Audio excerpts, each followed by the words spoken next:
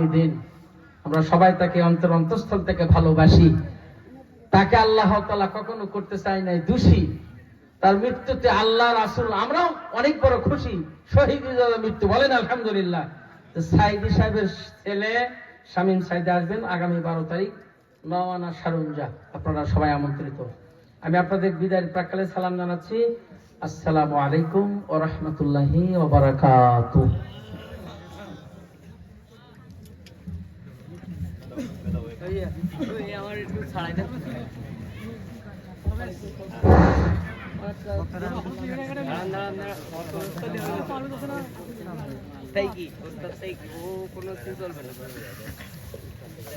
আসসালামু আলাইকুম। এখন আপনাদের সঙ্গে মূল্যবান বক্তব্য রাখতেছেন আন্তর্জাতিক খ্যাতিসম্পন্ন মুফাসসিরে কোরআন মাওলানা আজিজুল ইসলাম জিহাদি সাহেব। আমি তাকে তার মূল্যবান বক্তব্য রাখার জন্য অনুরোধ করছি। কোরআন এবং হাদিস থেকে সমুজ্জ্বল ভাষায় জাতিকে কিছু উপহার দেবেন। আজকে জাতি বড় মর্মাহত, বিভিন্ন দিক থেকে মানুষ ইসলামের উপরে বা ইসলামিক দিক থেকে মানুষ পথহারা। এই পথহারা অবলা সবলা মানুষগুলোকে আল্লাহ এবং আল্লাহ রাসূলের পথের দিকে আনার জন্য সংস্কারমূলক কথাবার্তা আল্লাহ আপনাকে বলার জন্য তৌফিক দান করুক এবং তারা শুনুক এবং হেদায়েত হোক। আর 5 ওয়াক্ত নামাজ পড়ুক, দিনের কাজগুলো সঠিকভাবে যেন করে। আল্লাহ তাআলা আপনাকে এর উপরে কিছু বক্তব্য রাখার তৌফিক দান করুন। আমিন।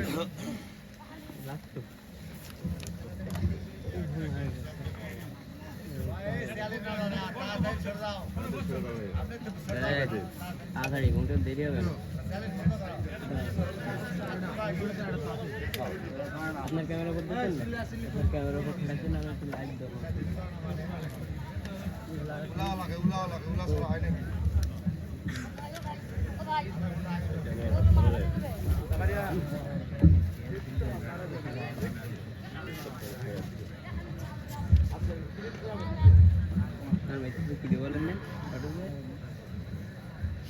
আসসালামু আলাইকুম ওয়া রাহমাতুল্লাহি ওয়া বারাকাতুহু। প্রাণপ্রিয় এলাকাবাসী, ভালো আছেন তো আপনারা? আল্লাহর রহমতে আল্লাহ তার গোলামকে ভালোই রেখেছেন, আলহামদুলিল্লাহ। এই এলাকায় আর মানুষ নাই, সব মানুষ চলে আসছে। আসি নাই, আসিনি কেন? হুজুরের সঙ্গে রাগ করেছে না কোরআন শরীফের সঙ্গে রাগ করেছে? আল্লাহ সকল মানুষকে কোরআনের আহ্বানে, কোরআনের ডাকে, রাসূলের খাতিরে আল্লাহর সন্তুষ্টি অর্জনের জন্যই আসার তৌফিক দান করুক। একটু প্রাণ খুলে বলুন তো আল্লাহুম্মা আমিন। আর একটু প্রাণ খুলে বলুন আল্লাহুম্মা আমিন। আর একবার বলুন আল্লাহুম্মা আমিন। নাহমাদুহু ওয়া নাস্তাঈনুহু ওয়া নাস্তাগফিরুহু ওয়া নাউযু বিল্লাহি মিন শুরুরি আনফুসিনা ওয়া মিন সাইয়্যাতি আমালিনা। من يهده الله فلا مضل له ومن يضلله فلا هادي له ونشهد أن لا إله إلا الله وحده لا شريك له الذي أرسله بالحق بشيرا ونذيرا وداعيا إلى الله بإذنه وسراجا منيرا فقد قال الله تعالى في كلامه المجيد وفرقانه الحميد أعوذ بالله من الشيطان الرجيم بسم الله الرحمن الرحيم يوم تقلب وجوههم في النار يقولون يا ليتنا أطعنا الله وأطعنا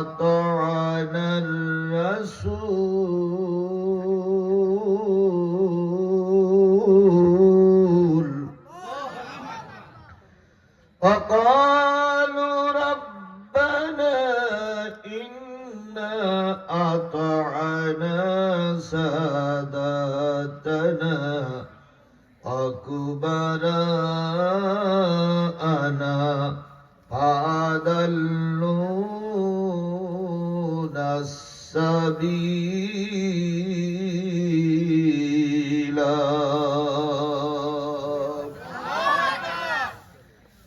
ربنا آتهم ضعفين من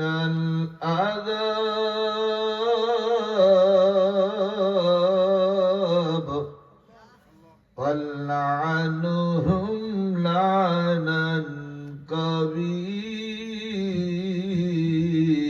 كبيرا صدق الله المولانا العظيم إن الله وملائكته يصلون على النبي يا أيها الذين آمنوا صلوا عليه وسلموا تسليما اللهم صل على مولانا محمد وعلى آل سيدنا حبيبنا محمد لا إله জোরে জোরে লা ইলাহা আরো জোরে লা ইলাহা লা ইলাহা লা ইলাহা লা ইলাহা ইল্লাল্লাহ মুহাম্মাদুর রাসূলুল্লাহ লা ইলাহা লা ইলাহা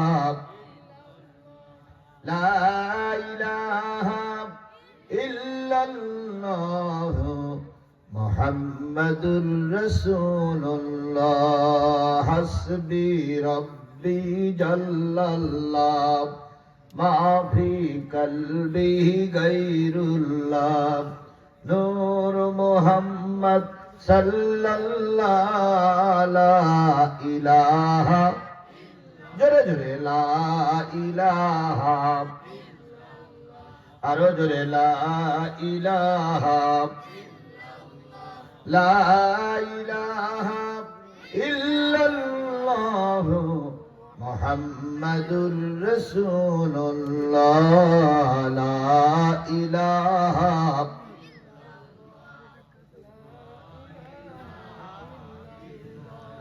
لا إله إلا الله محمد رسول الله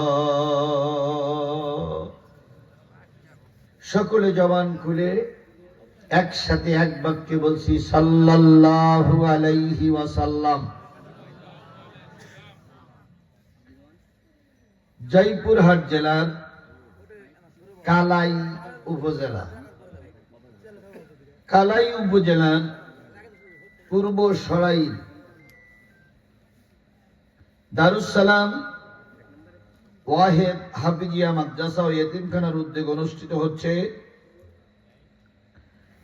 সপ্তম বার্ষিকী একদিন ব্যাপী বিরাট তাফসিরুল কোরআন মাহফিল, বিরাট তাফসিরুল কোরআন ও ওয়াজ মাহফিল। তারিখ হচ্ছে 5 জানুয়ারি 2025, 21 পৌষ 1431 বাংলা, 5 রজব 1446 হিজরি, রোজ রবিবার। আজকের এই তাফসিরুল কোরআন ও ওয়াজ মাহফিলের স্বনামধন্য সম্মানিত সভাপতি, বিশিষ্ট আলেমে দ্বীন, বিশিষ্ট ইসলামী চিন্তাবিদ, জননন্দিত আলেম হযরত মাওলানা মোহাম্মদ নজরুল ইসলাম, বিশিষ্ট সমাজ সেবক সরাইল, সহসভাপতি খন্দকার মোহাম্মদ মেজবাহুর রহমান, বিশিষ্ট সমাজসেবক এই সরাইলের সন্তান।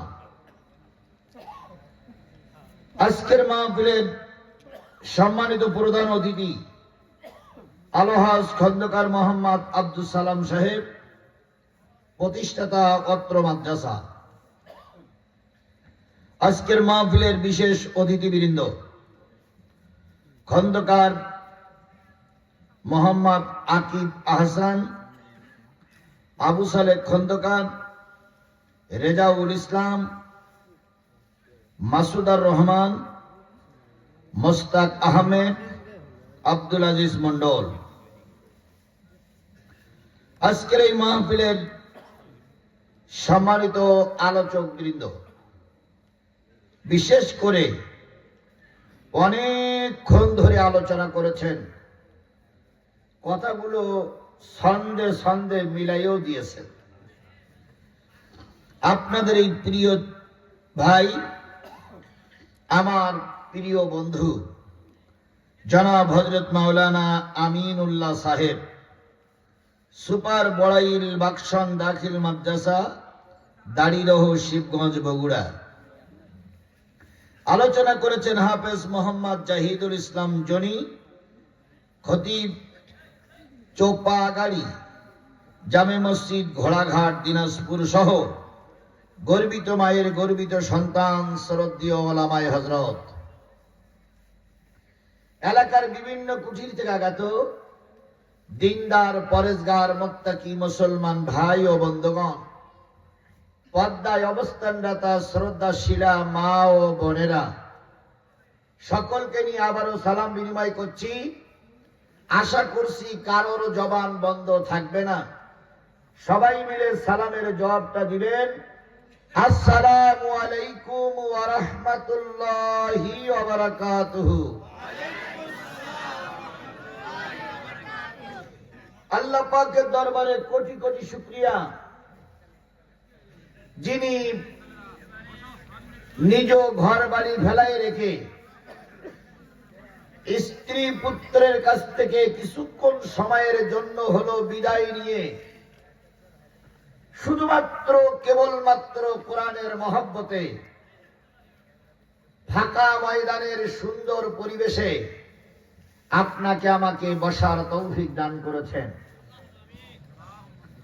যে মালিক আপনাকে আমাকে বসার তৌফিক দান করলেন, সে মালিকের দরবারে শুকরগুজার হচ্ছি।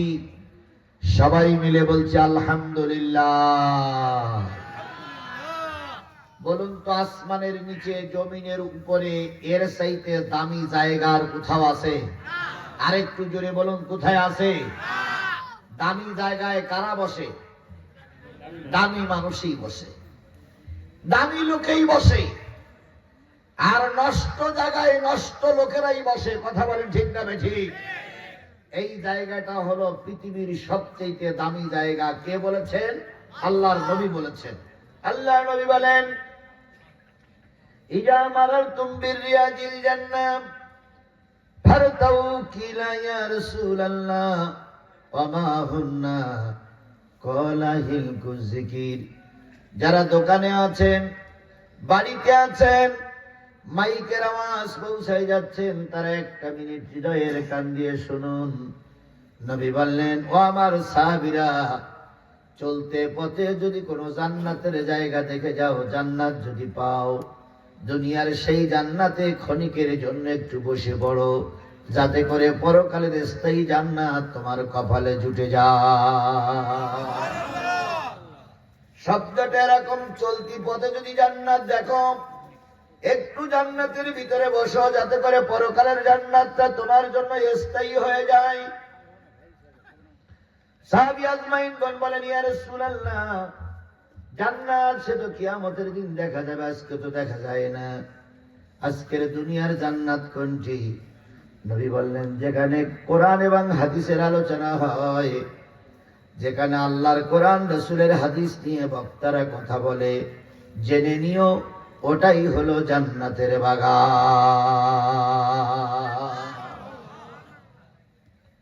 তাহলে এই গ্রামের অগণিত মানুষের ভিতরে আপনাকে আমাকে কোন বাগানে কবুল করেছেন? জোরে বলেন, কোন বাগানে কবুল করেছেন?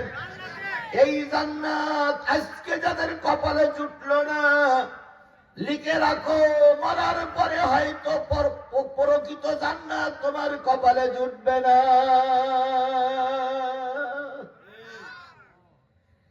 কিছু কিছু লোক বাড়ি বসে শুনতেছে, যে বাড়ি বসে শুনলেই তো ফায়দা পাওয়া যাবে, তো যাবার কি দরকার? বলুন তো, মশার কামড় থেকে বাঁচার জন্য কি খাটানো লাগে? মশারি খাটা লাগে না? এখন যদি আপনি মশারি খাটানোর পরে অর্ধেক ভিতরে অথবা অর্ধেক বাইরে রেখে, মশারির ভিতরে অর্ধেক ঢুকেছেন আর বাইরে অর্ধেক, এখন ওখানে বসে যদি সূরা ইয়াসিন পড়ি, যদি বলেন যে এই মশা খবরদার যেন আমার গায়ে দংশন করছিস না, কারণ আমি কিন্তু সূরা ইয়াসিন পড়ি বুঝিছি, আচ্ছা বলেন তো, মশা শুনবে না কামড় দেবে? এর জন্য কি মশারির দোষ? এর জন্য কি আপনার সূরা ইয়াসিনের দোষ? আপনার এবার যদি আপনি ওই মশারির ভিতরে ঢোকেন, তাহলে সূরা ইয়াসিন পড়ে ফু দিলে কি কামড় বন্ধ হবে না? না দিলেও বন্ধ হবে। সূরা ইয়াসিন না পড়লেও কামড়টা কি হবে? আরো জোরে বলেন, কি হবে? গ্রামের লোক শোনার দরকার নেই, শুধু একটা পরিবেশটা দেখে যান। কর্তৃপক্ষ অনেক মেহনত করে কত সুন্দর একটা পরিবেশ তৈরি করেছে, শুধু আপনাদের বসার জন্য, মেহমানদারি করার জন্য। এই মশারির ভিতরে যদি আপনি না এসে বাইরে বসে বসে যদি হৃদয়ের কান দিয়েও শোনেন, আল্লাহর জান্নাত আপনার কপালে হবে না। অবশ্যই কোরআনের মাজলিসে বসতে হবে। 100% ঠিক, জি 100% ঠিক। তাহলে এটা কোরআনের পরিবেশ তৈরি হয়েছে। জ্ঞানী যারা বোঝে তারা শুধু ইশারায়, নাদানের বুঝাইতে কে পারে কোথায়? বলুন তো, নবীর চাইতে ভালো বক্তার সমাজে কেউ ছিল? আরো জোরে বলেন, ছিল? নবী রস আবু জেহেলের কাজে লাগেনি, নবী রস আবু লাহাব শুনিনি, নবী রস উতবা সাহেবারা শুনিনি। আমি নবীর চাইতে ভালো মানুষ নই, নবীর একটা ক্ষুদ্র গোলাম, নবীর পরে নাজিলকৃত কোরআনের কথা বলতে এসেছি। ও আমার বন্ধু, যদি আবু জেহেলের বংশের লোক আপনি না হন, তাহলে অবশ্যই আজকে কোরআনের মাহফিলে আপনাকে দেখা যাবে। আর যদি কোরআনের মাহফিলে দেখা না যায়, বুঝতে হবে আপনার কপালে হেদায়েত নাই, বুঝতে হবে আপনি রসুল প্রেমিক নয়। সুতরাং এই এলাকায় যত রসুল প্রেমিক আল্লাহর বান্দা আছে, সবাইকে উদাত্ত আহ্বান করছি, আসুন কোরআনের মাহফিলে চলে আসি, কোরআন থেকে কিছু জানি, বুঝি, আমল করার জন্য চেষ্টা করি। তাহলে অগণিত মানুষের ভিতর থেকে আপনাকে আমাকে কবুল করলেন কে? আর একটু জোরে বলেন, কবুল করলেন কে? যে আল্লাহ আপনাকে আমাকে কবুল করেছেন, সেই আল্লাহর শুকরিয়াটা আসতে না জোরে?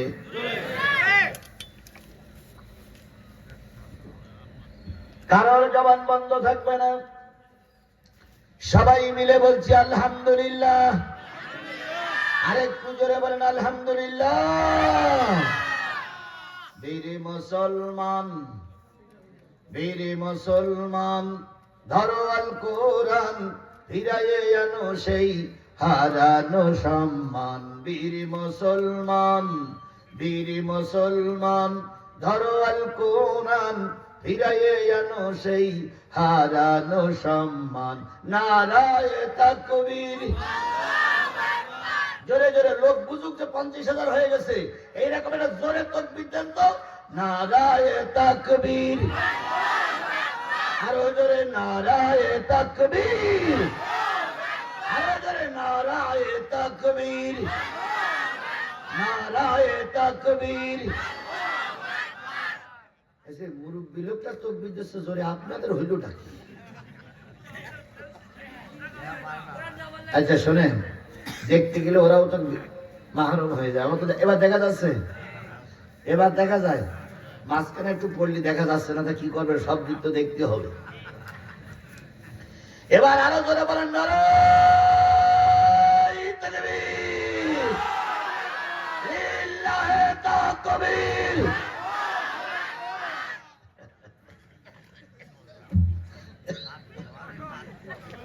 জি বাবা জি। তলোয়ে তকবীর ধ্বনি ধরায়ে আর একবার, নারায়ে তাকবীর। আল্লাহ আমাদের কবুল করুক। আবারও বলছি আলহামদুলিল্লাহ। সর্বকালের সর্বশ্রেষ্ঠ মহামানব, যার আদর্শে আদর্শিত হয়ে আমি নিজেকে উম্মত বলে দাবি করেছি, বলুন তো রসুলের চাইতে ভালো মানুষ আর এই সমাজে কেউ ছিল? এখন কেউ আছে? কিয়ামত পর্যন্ত চেষ্টা করলে নবীর চেয়ে ভালো মানুষ পাওয়া যাবে? আমার বন্ধুগণ, নবী কি ছিল মুসলমানদের নবী, ইহুদির নবী, খ্রিস্টানের নবী?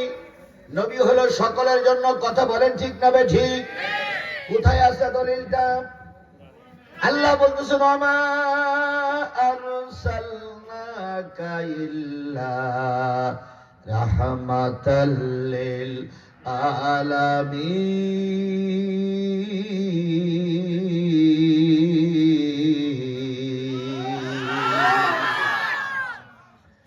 নবী, পৃথিবীর সকলের কাছে আমি আপনাকে রহমত করে পাঠালাম। আপনি মানুষের জন্য যেমন রহমত, জিনের জন্য তেমন রহমত, জিনের জন্য যেমন রহমত, পাখির জন্য তেমন রহমত, পাখির জন্য যেমন রহমত, গরু ছাগল হাঁস মুরগির জন্য আপনি তেমনই রহমত।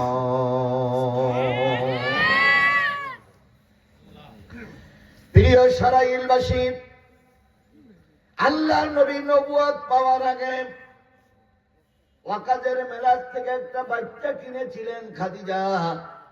সেই বাচ্চাটার নাম হলো জায়েদ। কি নাম?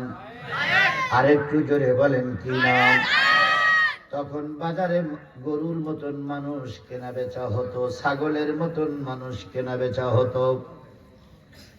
ওয়াকাদের মেলায় আসছিলেন 3 জন। জায়েদের বাবা হারেস, জায়েদের মার জায়েদ। মেলা পর্যন্ত পৌঁছানোর আগেই রাত হয়ে গেল, আর পৌঁছাতে পারল না। একটা তাবু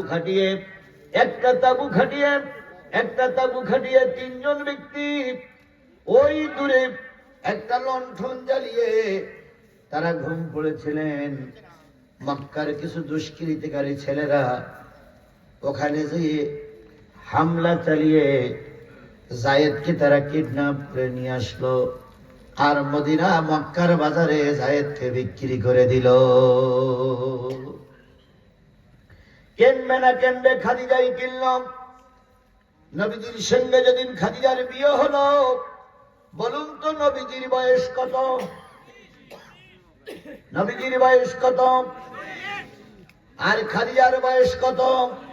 40 বছরের একজন নারীর সঙ্গে 25 বছরের এক যুবকের বিয়ে হলো। বিয়ের রাত্রিতে যেদিন 2 জনের প্রথম মেলাকাত হয়, প্রথম কথোপকথন হয়, আমাদের বাংলাদেশের মানুষেরা আমরা বলি বাসর রাত, তাই বলি না? এই বাসর রাতে খাদিজা নবীজির কাছে ছোট্ট বাচ্চাটা নিয়ে বলেন, ও মোহাম্মদ, আব্দুল্লাহর বেটা মোহাম্মদ, তোমার খেদমতে আমি কিছুই দিতে পারি না গো ভাতিজা, তোমার খেদমতে এই ছোট্ট বাচ্চাটা উপহার দিলাম।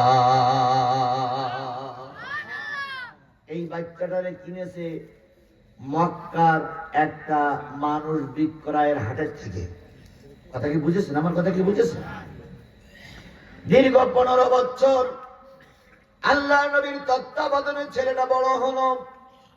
40 বছর বয়স যখন আল্লাহ নবী হয়ে গেল, আল্লাহ পাক নবীকে নবুয়ত দিয়ে পাঠালেন। এই 15 বছরের ভিতরে নবীর কোন শত্রু ছিল না। কাফের মুশরিক বেঈমান পাড়া প্রতিবেশী আপনজন, রাষ্ট্রনায়ক, রাষ্ট্রপতি, সেনাবাহিনীর প্রধান, পুলিশ, র্যাব, বিজিবি সবাই নবীকে কি করত? প্রশংসা করত, সম্মান করত।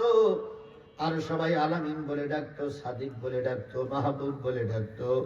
যেই না নবীজি কালেমার দাওয়াত দেওয়া শুরু করলেন, আপন লোকগুলো সব পর হয়ে গেল। সবচেয়ে বেশি শত্রু হয়েছিল আবু লাহাব। কথা বলেন ঠিক না ঠিক? আজ আমরা খেয়াল করতেছি, আলেমেরা যতদিন পর্যন্ত হক কথা না বলছে ততদিন পর্যন্ত ফেরাউনদের কাছে ভালো থাকতেছে।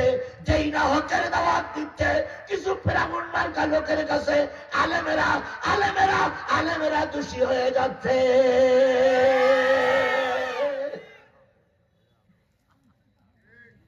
বিশ্বাস করো বাংলাদেশের মুসলমানেরা, মুফাসসিরে কোরআন আল্লামা সাঈদীর চাইতে ভালো আলেম বাংলাদেশে আর দ্বিতীয় কেউ হয়েছে বলে আমার জানা নাই। কথা বলেন, কথা বলেন, কথা বলেন। তিনি ছোট জীবন থেকে তাফসীর করছে। গোটা দেশের মানুষ তার তাফসীরের জন্য ছিল প্রেমিক। যেই না দ্বীন কায়েমের কথা বলেছে, আজকে আমাদের দেশে তার যারা প্রিয় ছিল অনেকেই তারা যুদ্ধ অপরাধীর মামলা সাজিয়ে আল্লামা সাঈদীকে 13টা বছর বিনা দোষে জেলে ভরে রেখেছিল।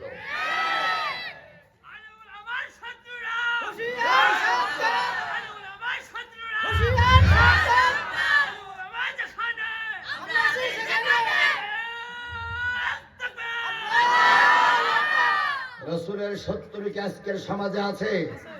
জোরে বলেন আছে? এই সরাইল গ্রামেই আছে। তানাউলি মাদ্রাসার মাহফিল হচ্ছে, আপনি বাড়ি কেন? আল্লাহর কোরআন রসুলের হাদিসের আলোচনা হচ্ছে, আপনি বাদামের দোকানে কেন? নিঃসন্দেহে আপনি মাদ্রাসার শত্রু, আল্লাহর শত্রু, রসুলের শত্রু। সব লোকগুলো যদি এসে যায় ময়দান ফুল হয়ে যাবে। আমি কর্তৃপক্ষকে আশ্বস্ত করেছি। কর্তৃপক্ষ একটু মন খারাপ করছিলেন, লোক কম হয় কি বেশি হয়। আপনার চিন্তার কোনো কারণ নেই, 10 আনা ফুল হয়ে গেছে। আর বাকি যেটুকু আছে ওটা যদি আল্লাহ কবুল করে আলহামদুলিল্লাহ, না করলি সুবহানাল্লাহ। বোঝেন না আমার কথা? বোঝেন না? বুঝতেই হবে, কারণ সবকিছু তাওয়াক্কুল করতে হবে কার উপরে? আরো জোরে বলেন কার উপরে? আরো জোরে বলেন কার উপরে? বাংলাদেশে এখন শুধু মেজানুর রহমান আজারির মাহফিলে ছাড়া লোক আর তেমন হচ্ছেই না। তারেক মনোয়ারের মাহফিলে লোক যে দেখেন 2-1000 লোকের বেশি হচ্ছে না। আমির হামদার আগে যে লোকের ঢল নেমেছিল সে এখন আর নাই। আব্দুল্লাহ আলমিনের মাহফিলে 300-400 বেশি লোক হয় না। তবে একটা মাহফিলে এখন লোক বেশি হচ্ছে, সেটা হচ্ছে আজারির মাহফিলে। তবে আজারির আবার পিছনে বহুত শত্রু লেগে গেছে। কথা বলে ঠিক না ঠিক? কেউ বলতেছে আজারি নাকি লোক ভাড়া করে নিয়ে গেছে। 20 লাখ 25 লাখ লোক নাকি আজারি কি করে নিয়ে গেছে? ভাড়া করে নিয়ে যায়নি, লোক ভাড়া দিয়ে গেছে। কি ওনাকে ভাড়া করে কোনো লোক নিয়ে যাও, তার ভাড়া দিয়ে লোক গেছে। কথা বলেন ঠিক না ঠিক? আমাদের বাংলাদেশের এক কবর পূজারী হুজুর আছে আলাউদ্দিন নাম, তিনি বলতেছে আজারি নাকি লোক ভাড়া করে নিয়ে গেছে। আচ্ছা বলো তো, 20 লাখ লোক ভাড়া করতে গেলি কয় কোটি টাকার দরকার? আচ্ছা বলো তো, পাগল ছাড়া আর কেউ বিশ্বাস করবে এই কথা? আর জনাব মোহাম্মদ তাইরি হুজুর একই কথা বলতেছে যে আজারিরা নাকি লোক ভাড়া করে নিয়ে গেছে। না, এটা আজারির জনপ্রিয়তা না, এটা কোরআনের জনপ্রিয়তা। কথা বলে ঠিক না ঠিক? আল্লামা সাঈদী নেই, এখন আল্লামা সাঈদীর অবর্তমানে কোরআনের হক কথাগুলো যারাই বলবে তাদের মাহফিলে মানুষের ঢল নামবে।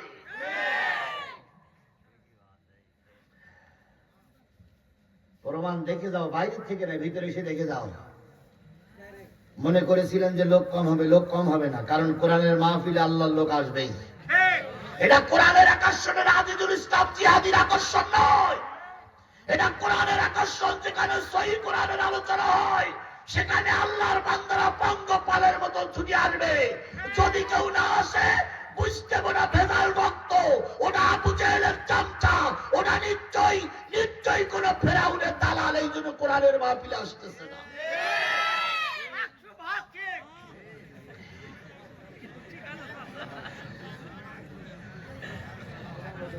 মুরব্বীর ওই কথাটাই হলো কমান্ড, 100% ঠিক। জি, আপনি মাঝে মাঝে বলবেন আর আমরা ওইটা শুনে একটু খুশি হব। ঠিক।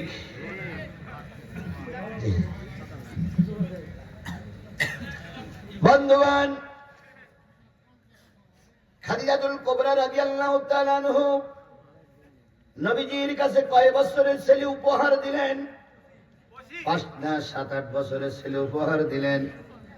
15 বছর বয়সে যখন 25 বছর বয়সে যখন বিয়ে হলো, খাদিজার বয়স তখন 40। এবার নবী যখন নবুয়ত পাইলেন তখন নবীজির বয়স কত?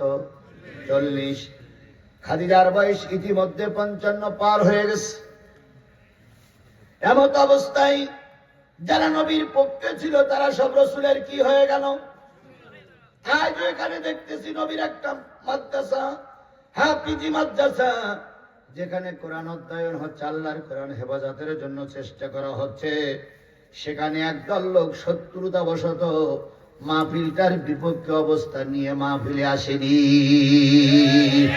গ্রামের লোকদেরকে বলবো, যদি কোরআনের মাহফিলে 10 মিনিটের ভিতরে না আসো, আমি মোসাবের আল্লাহর কাছে নালিশ করে যাব, আল্লাহ যেগুলো আসেনি এরা সব নবীর শত্রু। আল্লাহ নবীর খাতিরে, আল্লাহর খাতিরে, রসুলের খাতিরে, ধর্মের খাতিরে, ইসলামের খাতিরে সকল এলাকাবাসীকে কোরআনের মাহফিলে আসার তৌফিক দান করুক। আর একটু প্রাণ খুলে বলুন আল্লাহুম্মা আমিন। আমার ভাইয়েরা, শত্রু চারিদিক ছড়াইয়ে পড়ল। শত্রুতার ব্যাসার্ধ মদিনা পর্যন্ত চলে গেল। মদিনার একজন ব্যক্তি রসুলকে মারার জন্য আসলেন। তিনি হলেন জায়েদের আপন চাচা। জায়েদের কি আপন চাচা? জায়েদ হারিয়ে গেছে কত বছর আগে মনে নাই? 15 বছর আগে জায়েদ কি কোথায় হারায় গেছে? ওয়াকাজের মেলা আসার পথে বাজার থেকে কে কিনে নিয়ে আসছিল? খাদিজা। একটু মনে রাখবেন, তাহলে সুবিধা হবে, আমার বলতে সুবিধা হবে। জায়েদের চাচা আসলেন, নিয়ত হলো রসুলকে কি করবে? মেরে দেবেন। সামনাসামনি এসে বসলেন। ডান হাতে তরবারির বাট, বাম হাত দিয়ে রসুলের বাম হাতখানা ধরে বললেন, আপনি কি আল্লাহর নবী? আল্লাহ রসুল বললেন, আমি আল্লাহর নবুয়তের দাবিদার নয়, আল্লাহ আমাকে নবুয়ত দিয়েই পাঠিয়েছে। আরেকটু জোরে বলেন সুবহানাল্লাহ। জায়েদের চাচা বাম হাত কানা রসুলের ধরে ডান হাত দিয়ে তরবারি বাহির করবে, হঠাৎ করে দেখে নবীজির পিছনে একটা 25 বছরের যুবক দাঁড়ায় আছে। যুবকের চেহারার উপরে নজর পড়ে গেল, একটু ভয় আছে, মানুষ মারতে এসেছে। ভয়ে ভয়ে তাকাই দেখে যুবক খুব গরম নজরে তাকায় আছে। তরবারি বাহির করলেই যে মারতে আসছে ওর কাল্লা আলাদা হয়ে যাবে। 25 বছরের যুবক দিকের থেকে তাকায়ে হঠাৎ করে মনে পড়লো, এ তো আমার সেই 15 বছর আগে ওয়াকাজের মেলায় আসার পথে আমার হারানো ভাতিজা।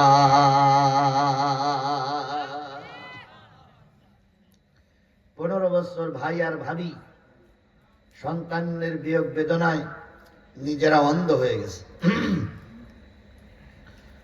জায়েদের চাচা হারেছেন ভাই, জায়েদের দিকে লক্ষ্য করে বলে, যুবক, যুবক, যুবক, নাম কি? জায়েদ।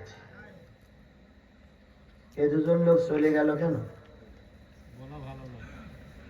হ্যাঁ,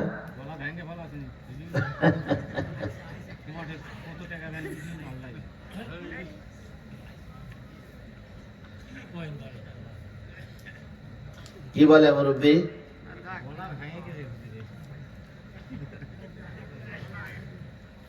জায়েদের চাচা জায়েদকে লক্ষ্য করে বলতেছি, জায়েদ, তোমার নাম কি? যুবক বললেন, জায়েদ। বাবার নাম মুহাম্মদ রাসূলুল্লাহ সাল্লাল্লাহু আলাইহি সাল্লাম, মার নাম খাদিজা। জায়েদের চাচা বললেন, রে যুবক, তোমার নাম একটা পরিচয় আছে, তোমার বাবার নাম হারেস,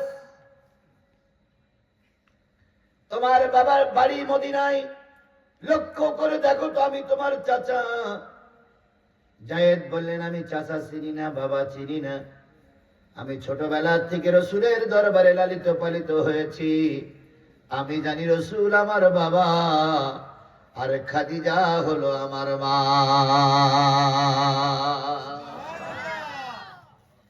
কোরআন শরীফে একজন সাহাবীর নাম পাওয়া যায়, সেই সাহাবীর নাম কি? জায়েদ। এই একজন সাহাবীর নাম এই কোরআন শরীফে আছে, আর কোন সাহাবীর নাম কোরআন শরীফে নাই। আয়েশা রাদিয়াল্লাহু তাআলা আনহার নাম কি কোরআন শরীফে আছে? নাই। খাদিজার নাম কোরআন শরীফে আছে? না। আবু বকর ওমরের নাম আছে? নাই। না, আছে একজন সাহাবীর নাম। কোন সাহাবী? এই জায়েদ, এই জায়েদ, এই জায়েদ। নবী সাল্লাল্লাহু আলাইহি সাল্লামের পিছনে বসে জায়েদ যখন হুকুম করলেন, এই আমার বাবা, এই আমার মা। জায়েদের চাচা হারেসের ভাই এসেছিলেন নবীকে কি করার জন্য? ফিরে গেলেন এলাকায়, যে বললেন, ভাই ফিরে চলো, 15 বছর আগে ওয়াকাজের মেলায় হারানো সেই তোমার সন্তানের খোঁজ পাওয়া গেছে। বাবা, মা আর এই শত্রু 3 জন মিলে কয়েক বস্তা টাকা নিয়ে নবীজির দরবারে এসে কান্নাকাটি করে বলতেছি, ইয়া রাসূলুল্লাহ, দয়া করে আমাদের সন্তানকে ফিরিয়ে দেন, যত টাকা আপনার লাগে আমরা দেব। নবীজি জায়েদের মাথার দিকে তাকায় বলতেছে, জায়েদ, তুমি কি এই মুরব্বিরে চেনো? এই মহিলাকে তুমি চেনো? জায়েদ অকপটে স্বীকার করলেন, ইয়া রাসূলুল্লাহ, এই মহিলাই হলো আমার মা, আর এই মুরব্বি হলো আমার বাবা। নবীজি বললেন, জায়েদ ঘরে যাও, খাদিজার কাছে তোমার জামাল সামানা আছে, সবগুলো গোছাই নিয়ে এসো, আর খাদিজার কাছে শেষ সালাম দিয়ে তুমি তোমার মা বাবার সাথে ফিরে যাও। পৃথিবীতে সবচেয়ে সন্তানের আপন হলো তার মা। মা বাপের কথা মতন যে জন চলে না, আল্লাহ নবীজির দয়া তারা পাবে না। ভাইরে, আল্লাহ নবীজির দয়া তারা পাবে না। মা বাপেরও কষ্ট দিলে নামাজের রোজা যায় বিফলে। কথা বলেন, কথা বলেন, একটু উত্তর দেন। মা বাপেরও কষ্ট দিলে পানি না, মা বাপেরও কষ্ট দিলে নামাজের রোজা যায় বিফলে। 3 কথার এক সাথী পায়া ভুইলা যায়ও না, আল্লাহ নবীজির দয়া তারা পাবে না। ভাইরে, আল্লাহ নবীজির দয়া তারা পাবে না।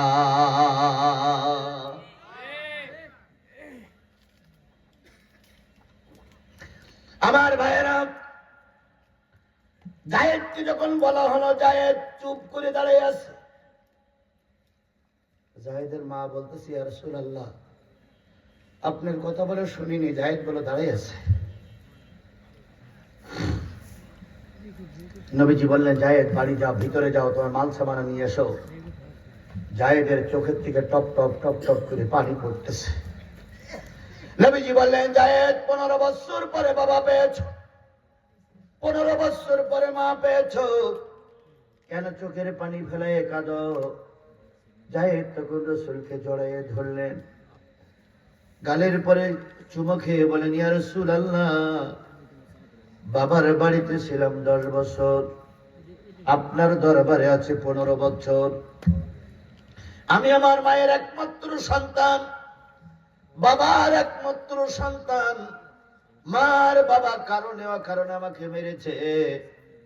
আমি 15 বছর আপনার দরবারে আছি, একটিবারের জন্য আপনি আমার সঙ্গে দুর্ব্যবহার করেন নাই, একটিবারের জন্য আপনি আমাকে কষ্ট দেন নাই। আপনি যা খেয়েছেন আমাকে তাই খাওয়াইছেন, আপনি যে বিছানায় শুয়েছেন আমাকে সেই বিছানায় শোয়াইছেন। এই জন্য আমি জানি আপনার চাইতে ভালো মানুষ সমাজে আর কেউ, আরেকটু জোরে বলেন, সমাজে আর কেউ। সুতরাং আপনার দরবার থেকে আমারে ফিরাই দেবেন না নবী, আপনার রহমতের দরবার আমাকে একটু ঠাঁই দেন। জায়েদের কান্নাকাটি দেখে জায়েদের মা আর জায়েদের বাবা দুইজন দাঁড়িয়ে বলেন, ইয়া রাসূলুল্লাহ, পেটে ধরেছিলাম আমি, জন্ম দিয়েছিলাম আমি, দুইজনে মিলে আমার সন্তান। 15টা বছর আপনার দরবারে থেকে সময় পরিবর্তন হয়ে গেছে। আমরা আমাদের সন্তানকে আপনার জন্য কোরবান করে গেলাম।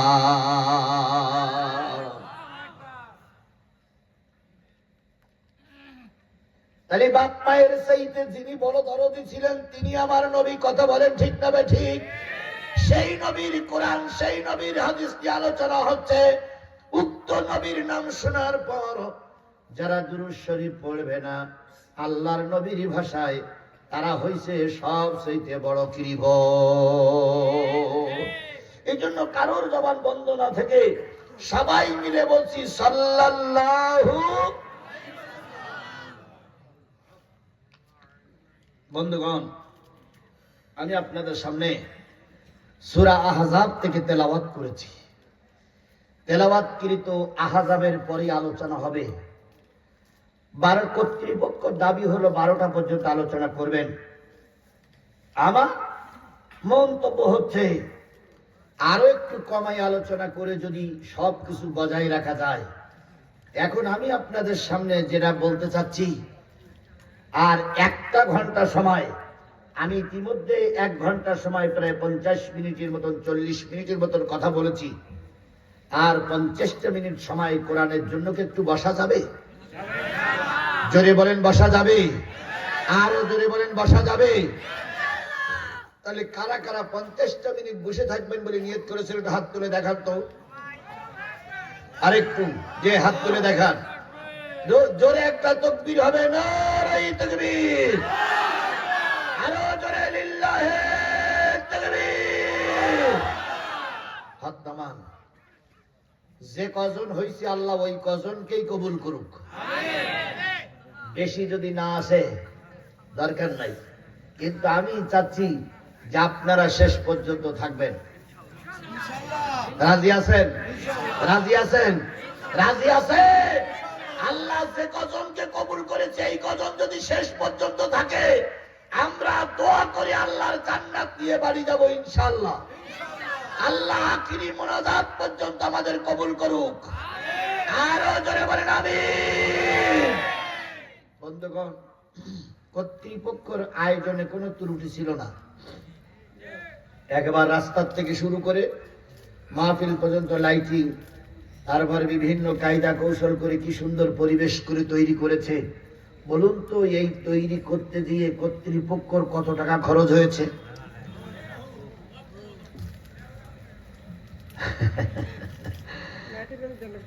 আমার মনে হয় 3-4 লাখ টাকা তো অবশ্যই খরচ হয়েছে। কি ঠিক কিনা?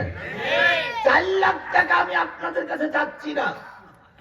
4 লক্ষ টাকার ভিতরে যদি 4-5-20টা টাকা আমার শরীর থাকে, তাহলে এই মাহফিলের ওসিলায় যদি কেউ নাজাত পায় তা আমিও নাজাত পাবো। কথা বলেন, কথা বলেন, কথা বলেন। এই জন্য হাফিজিয়া মাদ্রাসা লিল্লাহ বোর্ডিং এ আমার 20টা টাকা, 30টা টাকা, 50টা টাকা, 100 টাকা, 200 টাকা, 1000 টাকা, 5000 টাকা আমি শরীক থাকতে চাই। আপনারা কি আমার সঙ্গে একমত? আমার সঙ্গে একমত? সবাই একমত? তাহলে আমরা চেষ্টা করি আমরা কিছু শরীক থাকবো। এনারা একা খরচ করবেন, আমরা কিছু শরীক থাকবো। কাজটা আপনারা, আমি আপনাদের কাছে অনেক কিছু দাবি করব না। 2 টাকা হোক, 5 টাকা হোক, 10 টাকা হোক, 20 টাকা হোক, 50 টাকা হোক, 100 টাকা হোক, 200 টাকা হোক, আমরা দেব। কারা কারা দেওয়ার জন্য রাজি আছেন হাত তোলেন যে হুজুর আমি দেবো, যা পারি, তবে মাহরুম করবো না, যা পারি দেব। একজনের 1 লাখ টাকা আর একজনের 1 টাকা আল্লাহ কবুল করলে হয়ে যায়। এই জন্য সবাই পকেটে হাত দেন। টাকা করে আমি একটু ওনাদের কাছে, টাকাগুলো ওনাদের কাছে তুলে দিচ্ছি।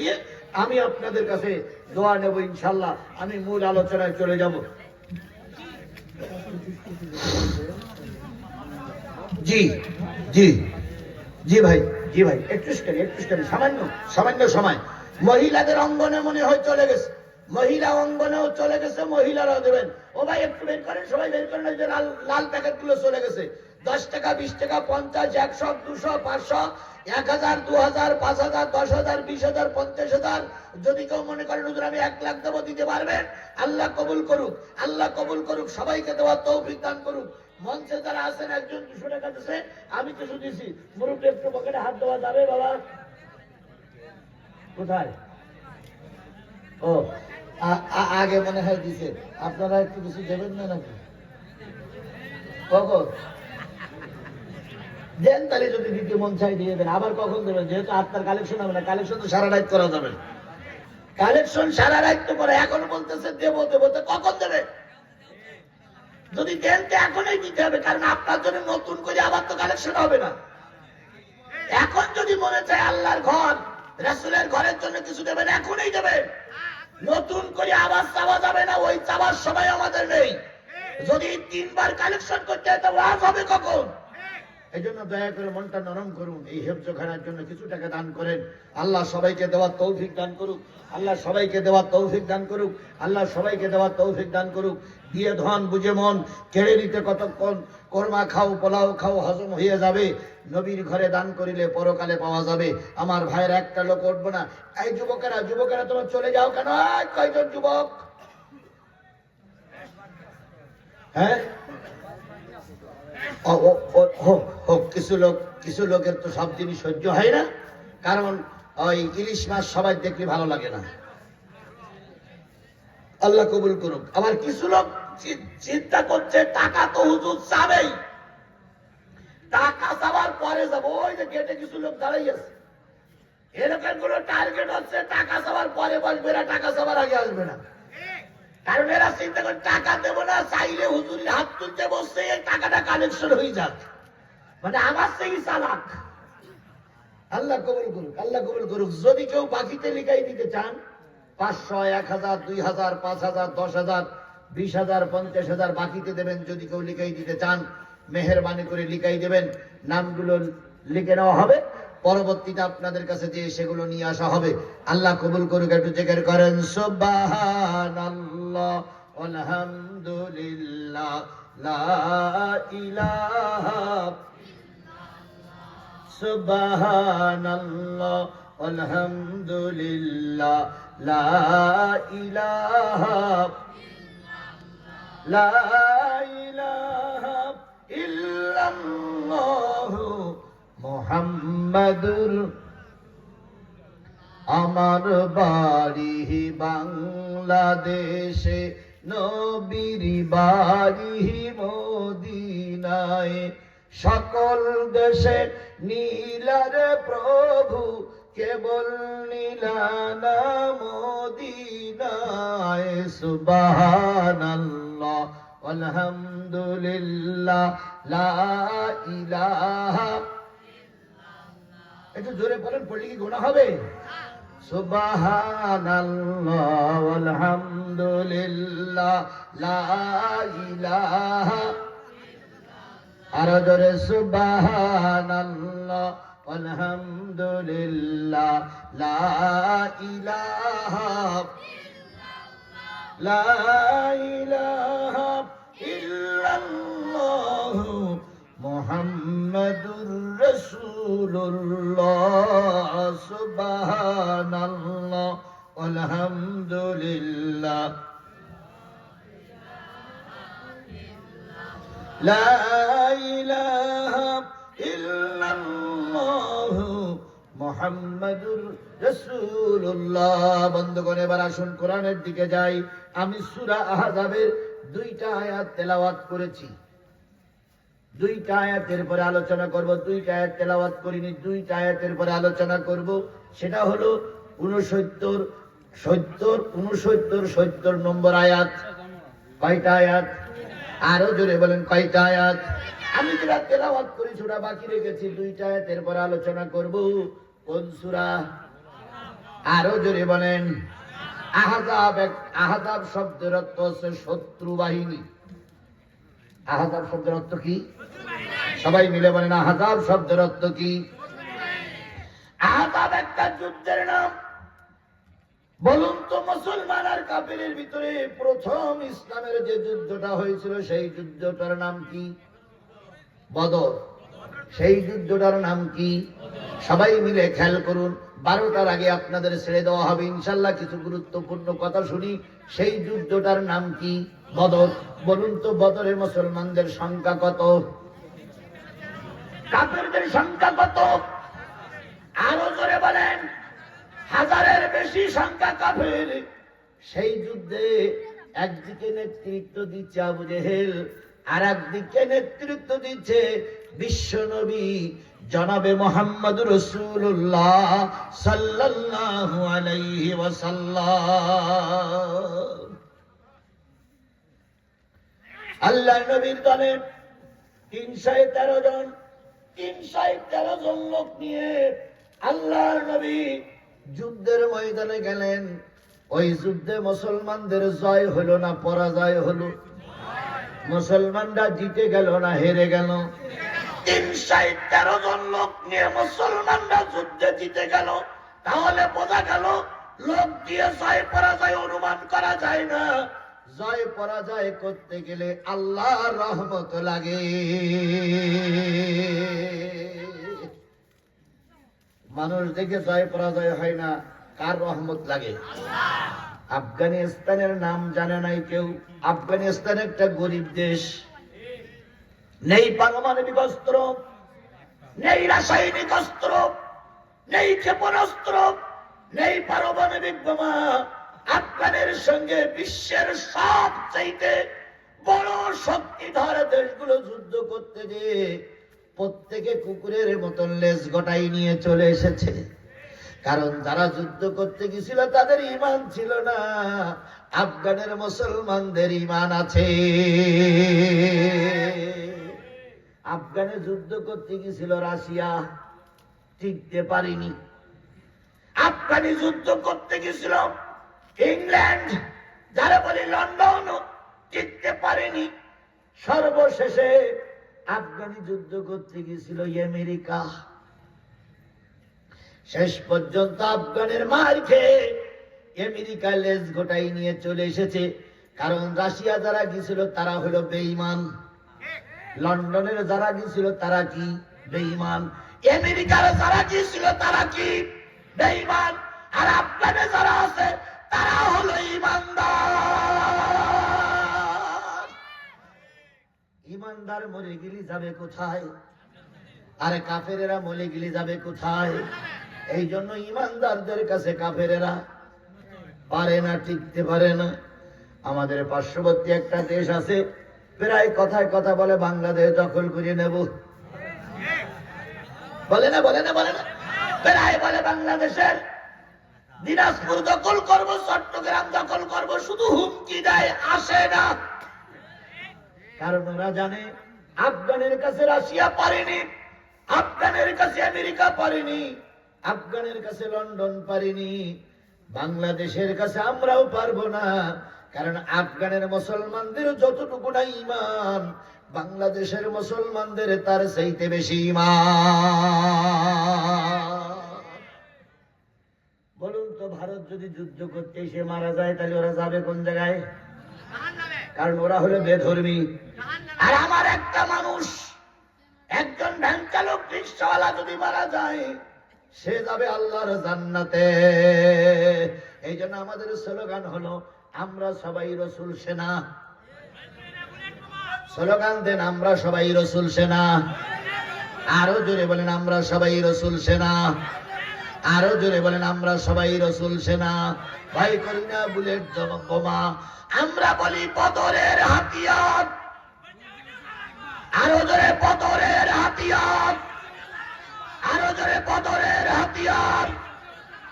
আর ওরা বলে ৭১-এর হাতিয়ার। পার্থক্য এই জায়গায়, আমরা বলি বদরের হাতিয়ার আর ওরা বলে ৭১-এর হাতিয়ার। আমরা বলি আমরা সবাই রসুল সেনা আর ওরা বলে আমরা সবাই মুজিব সেনা। পার্থক্য এই জায়গায়, আমরা মুজিব সেনা নই, আমরা জিয়ার সেনা নই, আমরা নিজামীর সেনা নই, আমরা হলাম আল্লাহর রসুলের সেনা। ভয় করি না মরণে আমার ভাইয়েরা। তাই যে জিনিসটা বোঝাতে চাচ্ছিলাম, বদরের যুদ্ধে মুসলমানদের সংখ্যা কত, কাফেররা কত। যুদ্ধ শুরু হলো, বিপুল বিক্রমে যুদ্ধ চলছে। নবীর দল, যুদ্ধ শেষে দেখা গেল নবীর দল জিতে গেছে। আবু জেহেলের মতন বড় নেতা পটল তুলেছে। আবু জেহেলের মতন বড় নেতা আবুল আহাবের আগেই মারা গেছে। উতবা, সাইবা, মুগীরার মতন ৭০ জন বাঘা বাঘা নেতা শেষ। আল্লাহর নবীর দল বিজয় অর্জন করেছে। তাহলে মুসলমানদের সেই কাফেরের সঙ্গে প্রথম যে যুদ্ধটা হয়েছিল সেই যুদ্ধটার নাম কি বললাম? দ্বিতীয় ১ বছর পরে আর একটা যুদ্ধ হয়েছিল, সেই যুদ্ধটার নাম উহুদ। উহুদের যুদ্ধে মুসলমানদের সংখ্যা কত? ১,০০০। কাফেররা কত? ৩,০০০। ১,০০০ মুসলমান আল্লাহ রাসূল ১ বছর দাওয়াতি তাবলীগ করে ১,০০০ মুসলমান বানালেন। ওইদিকে আবু সুফিয়ানের নেতৃত্বে ৩,০০০ কাফের এসে দাঙ্গাবাজি শুরু করে দিয়েছে। ঘরের থেকে বেরিয়ে এসো, যুদ্ধ হবে। যেমন আমাদের ওবায়দুল কাদের বলতো খেলা হবে, তাই বলতো না? খেলা হবে, খেলা হবে। আবু সুফিয়ানের দল ময়দানে এসে ওই রকম হুমকি দিচ্ছে, কি হবে?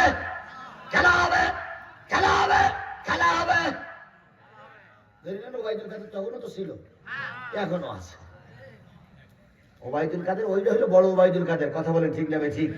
আর এইটা হলো ওদের প্রেতাত্মা। এরা কিন্তু অত বড় ওর প্রেতাত্মা। ওবায়দুল কাদেরের মতন আবু সুফিয়ান পূর্বে বলতে খেলা হবে, খেলা হবে। রাসূলের দলে ১,০০০ আর কাফেরদের দলে কয় হাজার? ৩,০০০ লোকের সঙ্গে খেলা হবে ১,০০০। আল্লাহ রাসূল একটু খুশি মনে যুদ্ধে যাবে। লোক গত বছরের চাইতে ২-৩ গুণ বেড়েছে। হঠাৎ করে একদিন সকালবেলা আল্লাহর নবী সংবাদ পাইলেন ৩০০ লোক নিয়ে এক মৌলবী রাতারাতি কেটে পড়েছে। নাউজুবিল্লাহ বলবেন, নাউজুবিল্লাহ বলবেন। কি বলবেন? ভেবে চিনতে বলেন যেন আপনার দিক না আসে। ভেবে চিন্তাই বলেন যেন আপনার গায়ে না পড়ে। তাহলে ৩০০ লোক নিয়ে যিনি যে টুপিওয়ালা কেটে পড়েছিলেন সেই টুপিওয়ালার নাম কি? আব্দুল্লাহ ইবনে উবাই। ৩০০ লোক নিয়ে কেটে পড়ল। ওর মাথায় টুপি ছিল না? ছিল না। ওর মুখে দাড়ি ছিল কি ছিল না? ওর গায়ে জুব্বা ছিল কি ছিল না? তাহলে ৩০০ লোক নিয়ে আব্দুল্লাহ বিন উবাই ইবনে সুলুল কেটে পড়ল যুদ্ধের ময়দানে যাবার মাত্র ২ দিন আগে। কয়দিন? আরো জোরে বলে কয়দিন? ২ দিন আগে ৩০০ লোক নিয়ে যখন কেটে পড়ল, নবীর মনটা এমনি স্বাভাবিক একটু কি হয়ে গেল? ভেঙে গেল। সবাই স্বাভাবিক, সবাই স্বাভাবিক, সবাই স্বাভাবিক। বলুন তো, আল্লামা সাঈদীর মৃত্যুর পরে আমরা ভেঙে পড়িনি, কিন্তু একটু মন খারাপ হয়নি আমাদের? জোরে বলেন, মন খারাপ হয়নি? সবাই স্বাভাবিক। এখানে যারা বিএনপি দলের লোক আছেন, যদি এখন খালেদা জিয়া, তারেক জিয়া দুইজন একসঙ্গে মারা যায়, মন খারাপ হবে না? মন খারাপ হবে না? আজকে রাত্রি আল্লাহ না করুক, আল্লাহ না করুক, আল্লাহ না করুক, আজকে রাত্রি যদি সংবাদ পাওয়া যায় যে জামাতের আমি ডাক্তার মোহাম্মদ শফিকুর রহমানকে গুলি করে মেরে দেওয়া হয়েছে, মন খারাপ হবে কি হবে না? ইমানদাররা মন খারাপ করে বসে থাকে না, কিন্তু মন খারাপ হওয়াটাই স্বাভাবিক। আল্লাহ নবীর একটু মন খারাপ হয়ে গেলেন, নবী একটু চিন্তায় পড়লেন। সন্ধ্যাবেলায় যখন আল্লাহর নবী দুপুরের পরে যখন মসজিদে নববীতে আসলেন, হযরত ওমর বললেন, ইয়া রাসূলুল্লাহ, ঘরে যখন খাবার থাকে না, ছোট্ট ছোট্ট বাচ্চাগুলো যখন খাওয়ার যন্ত্রণায় মাকে কষ্ট দেয়, মা খুব বুদ্ধি করে ছোট বাচ্চাদেরকে মদিনার মসজিদে পাঠায়া দেয়। মদিনার মসজিদে আপনার মুখের দিকে তাকায় থাকে 3 দিন 4 দিন 5 দিন পর্যন্ত। 4-5 দিন পরে মা এসে পিছন দিক থেকে ডাকে, বাজান রে বাড়ি আয়, খেজুর আর পানির ব্যবস্থা হয়েছে। সন্তান বাইরে এসে বলে, আম্মু ফিরে যাও। নবীর চেহারার দিকে তাকাই থাকলে পেটে ক্ষুধা থাকে না।